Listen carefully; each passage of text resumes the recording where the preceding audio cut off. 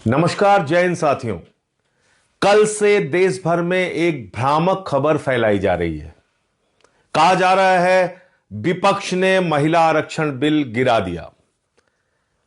सारा गोदी मीडिया चिल्ला चिल्ला के, चीख चीख के वही बात कह रहा है जो मोदी जी कहते हैं, जो भारतीय जनता पार्टी के लोग कहते हैं। मैं तो कह रहा हूं इन चैनलों को अपना नाम बदल के बीजेपी के नाम से रख देना चाहिए।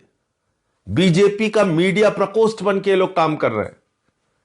एक झूठी और भ्रामक खबर कि महिला आरक्षण बिल विपक्ष ने गिरा दिया, यह चलाया जा रहा है। और कल से मैं देख रहा हूं पूरी की पूरी भारतीय जनता पार्टी महिला हितैषी बन गई है।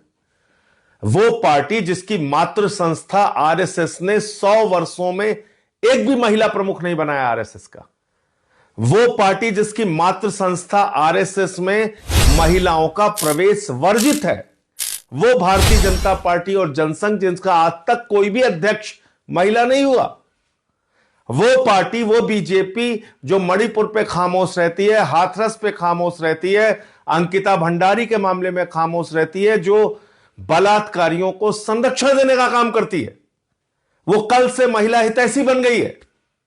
और मैं देख रहा हूं कि पूरी की पूरी गोदी मीडिया उनके पक्ष में खड़ी है। पहली चीज तो मैं देश के लोगों को स्पष्ट तौर पे कहना चाहता हूं कि महिला आरक्षण बिल 2023 में जो पास हुआ था वो देश भर में लागू हो चुका है। यह उसका नोटिफिकेशन है। 16 अप्रैल 2026 को 3 साल के बाद, याद रखिएगा 3 साल के बाद इस बिल को नोटिफाई किया मोदी जी ने।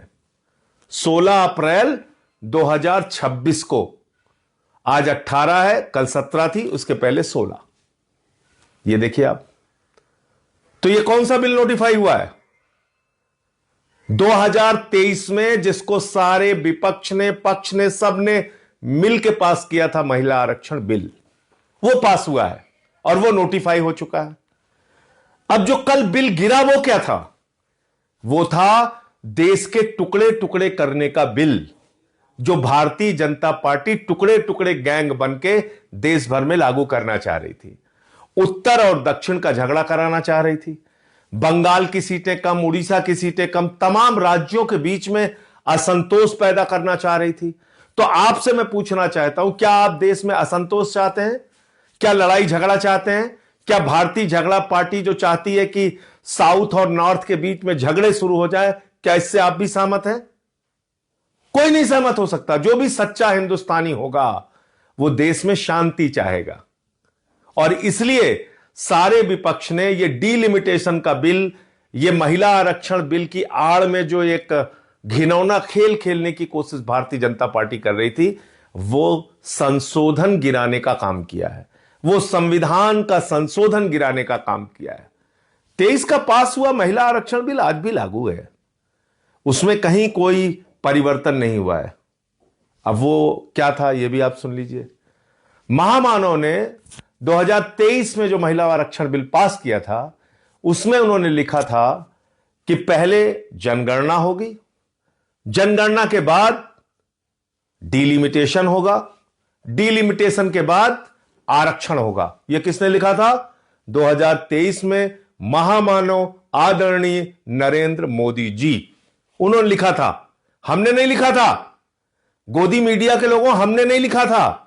यह आपके महामानव आदरणीय नरेंद्र मोदी जी ने लिखा था 2023 के बिल में। और तब हमने कहा कि भाई 543 में 33% आरक्षण दे के मामला खत्म करो ना, क्यों इतना लेट कर रहे हो कि पहले जनगणना होगी, फिर डीलिमिटेशन होगा, फिर आरक्षण होगा। और ये 29 के बाद यानी कि 34 में लागू होता मोदी जी के हिसाब से, जो 23 के बिल में है। अब वो 3 साल के बाद कह रहे हैं नहीं साहब, हम बड़े हितैषी हो गए हैं, हम तो बस इसको पास करना चाहते हैं। यह कितनी झूठी और बेबुनियाद बात है कि 3 साल तक वो 2023 का बिल इन्होंने नोटिफाई नहीं किया था, जिसके ऊपर संशोधन लेके आए। 16 अप्रैल 2026 को आनन फानन में उसको नोटिफाई किया इन्होंने। और अखबारों की हेडिंग आप देखिए। चलिए, गोदी मीडिया वाले गलती करते हैं, बात समझ में आती है। मैं आपको दिखाता हूं, ये अखबारों की हेडिंग पढ़ के तो मुझे इन लोगों के दिल दिमाग पे तरस आ रहा है कि क्या ये सोचते हैं, क्या कैसे काम करते हैं। महिला आरक्षण बिल लोकसभा में गिरा, हिंदुस्तान अखबार की प्रमुख हेडलाइन है। अब आप देखिए, महिला आरक्षण पर विपक्ष का अड़ंगा, दैनिक जागरण अखबार की हेडलाइन है। ये आप पढ़े लिखे संपादक होके अखबारों के, आप इस तरह की खबरें, भ्रामक और झूठी खबरें फैला रहे हैं। महिला आरक्षण बिल तो लागू हो चुका है देश भर में। आगे बढ़ते हैं। अब बात आती है डीलिमिटेशन के नाम पे ये क्या करना चाह रहे थे। ये इस बिल को आनन फानन में क्यों लेके आए? क्योंकि इनको बंगाल और तमिलनाडु का चुनाव दिख रहा था। इनको लगा हम देश भर में ये प्रचारित करेंगे कि देखिए देखिए साहब, महिलाओं के आरक्षण के खिलाफ है पूरा का पूरा विपक्ष और हमको चुनावी फायदा हो जाएगा। लेकिन मामला उल्टा हो गया। मामला यह हो गया कि आप 2011 की जनगणना के मुताबिक डीलिमिटेशन करने की बात कर रहे थे, जिसमें बंगाल की सीटें कम हो रही हैं, तमिलनाडु की सीटें कम हो रही हैं। तो उन लोगों ने अपने अपने राज्यों में इसको बड़ा मुद्दा बना दिया। तो लेने के देने पड़ गए, लेने के देने पड़ गए मोदी जी को। जिसने भी उनको मूर्खतापूर्ण सलाह दी वो लेने के देने पड़ गए। अब तमिलनाडु में मुद्दा बन गया कि उनका प्रतिनिधित्व आप कम कर रहे थे, बंगाल में मुद्दा बन गया कि उनका प्रतिनिधित्व आप कम कर रहे थे। तो इसका भारी नुकसान बंगाल और तमिलनाडु के चुनाव में आपको उठाना पड़ेगा। दूसरी बात, कितना घिनौना खेल खेलती है बीजेपी।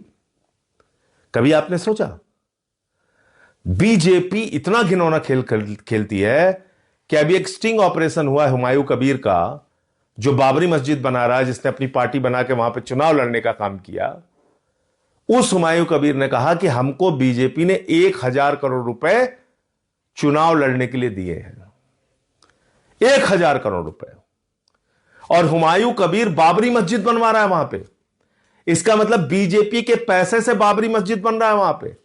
इतना ही नहीं, हुमायूं कबीर को केंद्र सरकार ने जेड कैटेगरी की सुरक्षा दी है। जो व्यक्ति बाबरी मस्जिद बनवा रहा है उसको मोदी ने जेड कैटेगरी की सुरक्षा क्यों दी है? क्या इतना नहीं सोच पा रहे हैं आप लोग? क्या इतनी आंखों पे पट्टी बांध ली आप लोगों ने कि कितना घिनौना खेल खेलती है बीजेपी? इसलिए इन लोगों से सावधान रहिए। और मैं फिर दोहराना चाहता हूं, महिला आरक्षण बिल 2023 में जो पास हुआ था वो लागू हो चुका है। डीलिमिटेशन बिल के जरिए जो देश के टुकड़े टुकड़े करने की, आपस में लड़ाने की, उत्तर दक्षिण का झगड़ा कराने की जो कोशिश थी, वो कोशिश विपक्ष ने मिलकर नाकाम किया है। जय हिंद।